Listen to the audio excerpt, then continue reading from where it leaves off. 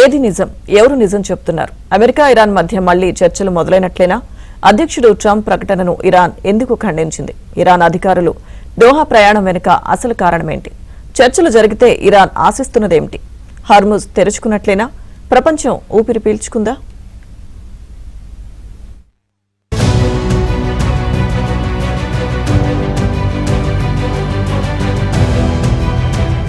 America Iran మధ్య 4 నెలలుగా జరుగుతున్న యుద్ధంతో పాటు చర్చల ప్రక్రియ ఒక వైకుంఠపాలిగా తయారైంది. పైదాకా వెళ్లడం, పాము నోట్లో పడి మళ్లీ కిందకు జారిపట్టం సాధారణమైపోయింది. చర్చలు మొదలయ్యాయని ఒకసారి, చర్చలు ముగిశాయని, ఒప్పందం కుదిరిందని మరోసారి వార్తలు వస్తున్నాయి. అమెరికా వైపు నుంచి సానుకూల ప్రకటన వచ్చినప్పుడల్లా ఇరాన్ దాన్ని ఖండిస్తోంది. అమెరికా ఏకపక్ష ధోరణి తమకు నచ్చడం లేదని కూడా ఇరాన్ పదే పదే ప్రకటిస్తోంది. ఇజ్రాయెల్ తీరుపై ఇరాన్ గుర్రుగా ఉంటుంది. ఈ పరిస్థితుల్లోనే తాజాగా చర్చలు జరుగుతున్నట్లు అమెరికా అధ్యక్షుడు ట్రంప్ స్వయంగా ప్రకటించారు. ఖతార్ రాజధాని దోహాలో ఇరు వర్గాలు ఒక వేదికపైకి రాబోతున్నట్లు ఆయన ట్రూత్ సోషల్ వేదికగా తెలిపారు. ఈ భేటీలో తమ దేశ ప్రతినిధులు స్టీవ్ విట్కాఫ్, కుష్నర్ పాల్గొంటారని శ్వేతసౌధం వెల్లడించింది. తాత్కాలిక ఒప్పందం నిబంధనలపై వాషింగ్టన్, టెహరాన్ మధ్య చర్చలు పునఃప్రారంభమవుతాయని పాకిస్తాన్ కూడా తెలిపింది. అయితే ఈ ప్రకటనను ఇరాన్ సీనియర్ ప్రతినిధి కజెం గరీబాబాదీ ఖండించారు. దోహాలో భేటీ ఇంకా ఖరారు కాలేదని, అవతలి పక్షంతో సాధారణ సంప్రదింపులు మాత్రం యథాతథంగా కొనసాగుతున్నాయని చెప్పారు.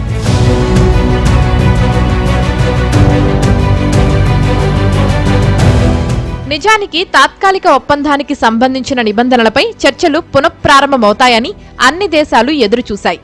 యుద్ధం కారణంగా తమ ఆర్థిక వ్యవస్థలపై పడుతున్న పెనుభారం నుంచి ఉపశమనం లభిస్తుందని ఆశించాయి. ఇరాన్ మాత్రం అంత తొందరగా చర్చల ప్రక్రియను ముందుకు సాగించే ఉద్దేశంలో కనిపించడం లేదు. తమ ప్రతినిధులు దోహా వెళ్లడం నిజమేనని చెబుతున్న ఇరాన్ అందుకు కారణాలు మాత్రం వేరుగా ఉన్నాయని ప్రకటించింది. యుద్ధం ప్రారంభమైన తర్వాత ఖతార్లోని ఇరాన్ ఆస్తులను అక్కడి ప్రభుత్వం జప్తు చేసింది.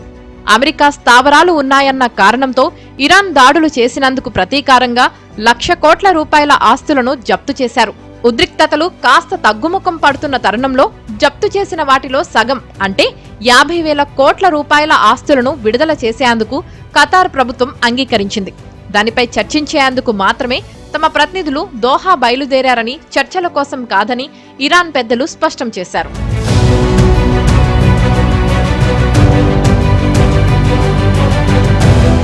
యుద్ధం వల్ల జరిగిన నష్టాన్ని ఇరు దేశాలు అంచనా వేసుకుంటున్నాయి.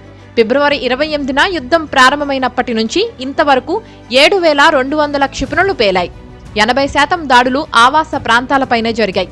అమెరికాకు భారీ ఆర్థిక నష్టం ఉండాలన్న ఉద్దేశంతోనే ఇరాన్ వ్యూహాత్మక దాడులు నిర్వహించింది. గల్ఫ్ దేశాల్లోని అమెరికా స్థావరాలపై ఇరాన్ దాడులకు అదే కారణమవుతోంది. ఈ క్రమంలో ఆయా దేశాల్లోని కొందరు పౌరులు సైతం ప్రాణాలు వదిలారు. యుద్ధం కొనసాగే కొద్దీ అమెరికా సైనిక పాటవంపై కూడా అనుమానాలు మొదలయ్యాయి. వైట్ హౌస్ యుద్ధ నీతిలో డొల్లతనం బయటపడింది. ప్రపంచంలోనే అత్యంత శక్తివంతమైన సైన్యం, సైనిక మౌలిక సదుపాయాలు ఉన్నప్పటికీ చిన్న రాజ్యంపై యుద్ధం చేసే తీరు తెలియకపోతే ఇప్పుడు అమెరికా ఉన్న పరిస్థితులే ఎవరికైనా వస్తాయని తేలిపోయింది.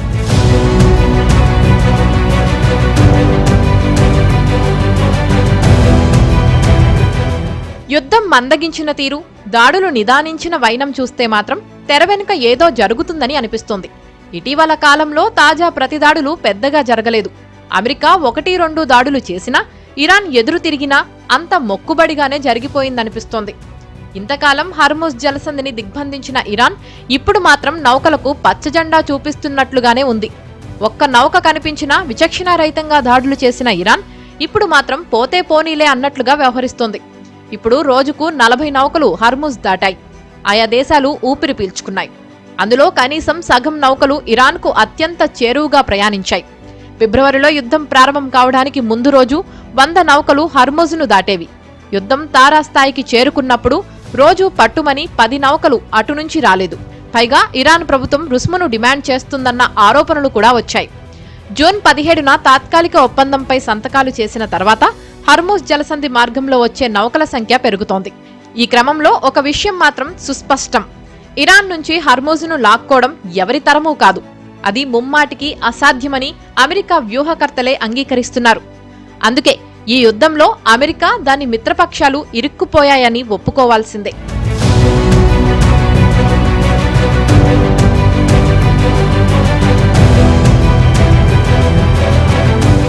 ఇంతకీ చర్చల ప్రక్రియ ఎక్కడిదాకా వచ్చిందన్నది పెద్ద ప్రశ్న.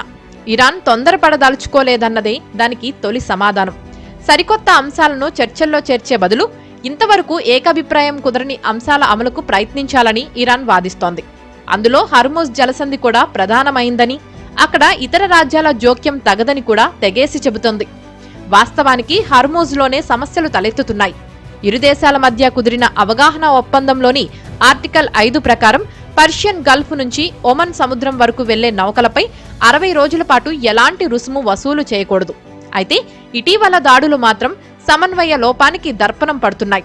పైగా జలసంధిపై ఇరాన్దే సర్వాధికారమని ఆ దేశం పునరుద్ఘాటించింది. అమెరికా అధ్యక్షుడు జేడీ వాన్స్ ఇరు దేశాల మధ్య ప్రారంభించిన మిలిటరీ హాట్ లైన్ ను ఇరాన్ తెంచేసింది. ఇలాంటి ఏర్పాట్లు అవసరం లేదని తెగేసి చెప్పేసింది. అనేక దేశాల్లో జప్తునకు గురైన ఇరాన్ ఆస్తులను విడుదల చేయాలని ఆ దేశం ఎదురుచూస్తోంది. అందుకు అమెరికా ఒప్పుకోవడం లేదు. అవగాహన ఒప్పందాల అమలుపై ఇరాన్ చిత్తశుద్ధిని నిరూపించుకుంటేనే ఒక్కొక్కటిగా ఆస్తులు విడుదల చేస్తామని అగ్రరాజ్యం అంటోంది. ఇరాన్ సార్వభౌమాధికారాన్ని అమెరికా గుర్తించాలని, తమ అంతర్గత సమస్యల్లో ఇతరుల జోక్యం ఉండకూడదని డిమాండ్ చేస్తోంది. కొత్త ఆంక్షలు విధించకూడదని, ఇరాన్ పునర్నిర్మాణానికి ఒక ఆర్థిక ప్యాకేజీ ప్రకటించాలని కూడా కోరుతోంది. మరి వీటన్నిటికీ అమెరికా, ఇజ్రాయెల్ అంగీకరిస్తాయా? ఏమో చూడాలి.